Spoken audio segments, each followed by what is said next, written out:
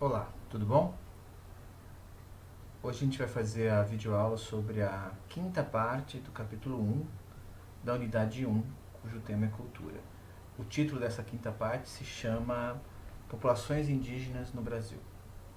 Esse capítulo serve para a gente pensar um pouco sobre a condição atual das sociedades indígenas brasileiras e também um pouco sobre a história dessas populações durante o período de colonização.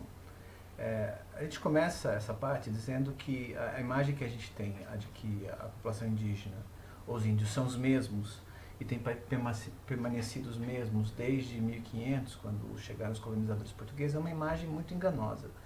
Estudos antropológicos, arqueológicos têm demonstrado que as sociedades indígenas passaram, durante esse período, por grandes transformações e muitas mudanças. Portanto, eles têm uma vida tão dinâmica em termos históricos quanto a nossa. E, obviamente, um dos mecanismos desse dinamismo, digamos assim, foi causado pela sociedade ocidental, pelo avanço da sociedade e do Estado Nacional Brasileiro sobre terras indígenas. Isso produziu, nos séculos XVI, XVII principalmente, uma pressão para que as populações indígenas se afastassem dos lugares de colonização branca, portuguesa principalmente. Então você tem um processo que vai empurrando as sociedades indígenas das costas para o interior, e esse processo vai gerando sistematicamente uma compressão e uma diminuição do tamanho das terras indígenas, e produz entre as populações indígenas que são afetadas confrontos, porque eles vão se encontrando em lugares onde eles antes não se encontravam, mas um processo que também é acompanhado por uma espécie de guerra bacteriológica que vai produzir uma dizimação bastante relevante da população indígena brasileira. E, portanto, você tem ao mesmo tempo o deslocamento e o encontro de populações indígenas e também a produção de espaços vazios que são produzidos pela mortandade muito alta de populações indígenas devido a causas bacteriológicas, digamos assim. Esses dois processos convivem e vão, digamos assim, diminuindo a área de vida das populações indígenas conforme o Estado brasileiro vai se organizando e vai aumentando os domínios sobre uma porção cada vez maior de terras.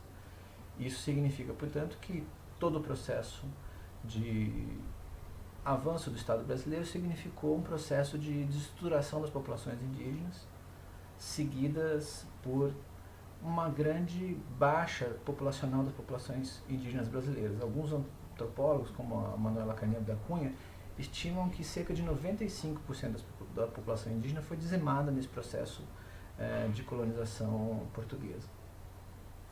É claro, as populações indígenas ocuparam muitos espaços no começo da colonização brasileira, foram em alguns momentos aliados dos portugueses na luta contra os franceses, ou foram usados como uma espécie de cerca viva e contenção de avanços de outras, impérios coloniais aqui no que seria depois futuramente o Brasil, mas também um foco excessivo, a princípio, no trabalho indígena como fonte de organização da economia colonial. Então, vários trabalhos vão mostrar, entre eles o trabalho do João Monteiro e de outros antropólogos e historiadores, como a captura de indígenas para o trabalho escravo é uma das atividades econômicas mais importantes nos séculos XVI, XVII e XVIII. E ela promove, de alguma forma, a própria configuração do espaço brasileiro com as famosas bandeiras, que, de um ponto de vista, parecem bastante idolatradas, mas elas eram, na verdade, campanhas de predação de índios. Eram campanhas escravocratas que traziam índios aprisionados para trabalharem nos lugares de desenvolvimento.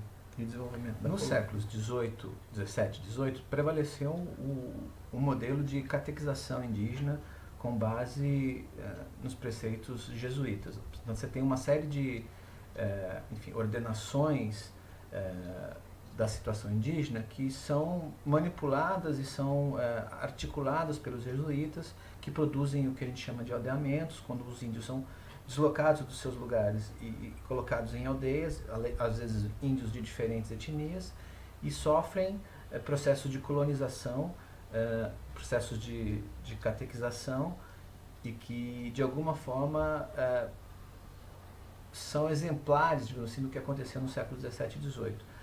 A partir de certo momento, os jesuítas são expulsos do Brasil,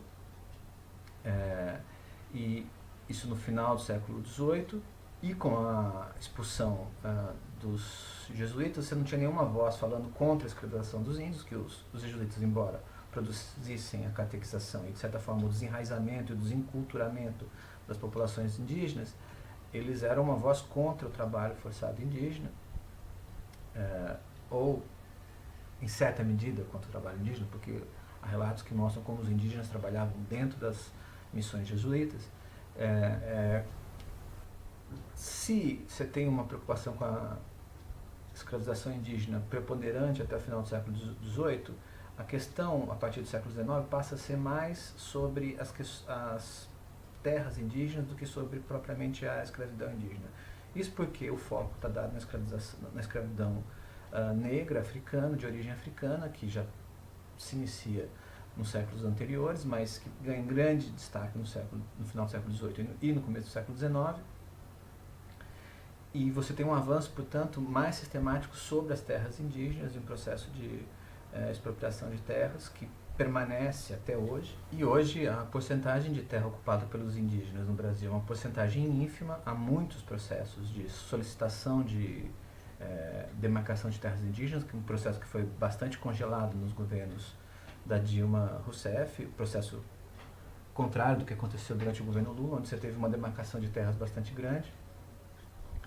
E esse trecho, esse final de capítulo serve para a gente entender como se deu uma visão sobre o índio a partir de uma visão estatal brasileira, e como essas populações de alguma forma foram encaixadas dentro de processos de construção do Estado-nação brasileiros.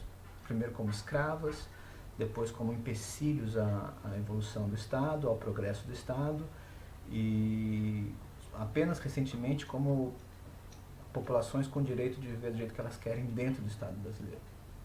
Ok? Então isso foi o capítulo 1, e na próxima aula a gente vai começar o capítulo 2. Um abraço, tchau, tchau.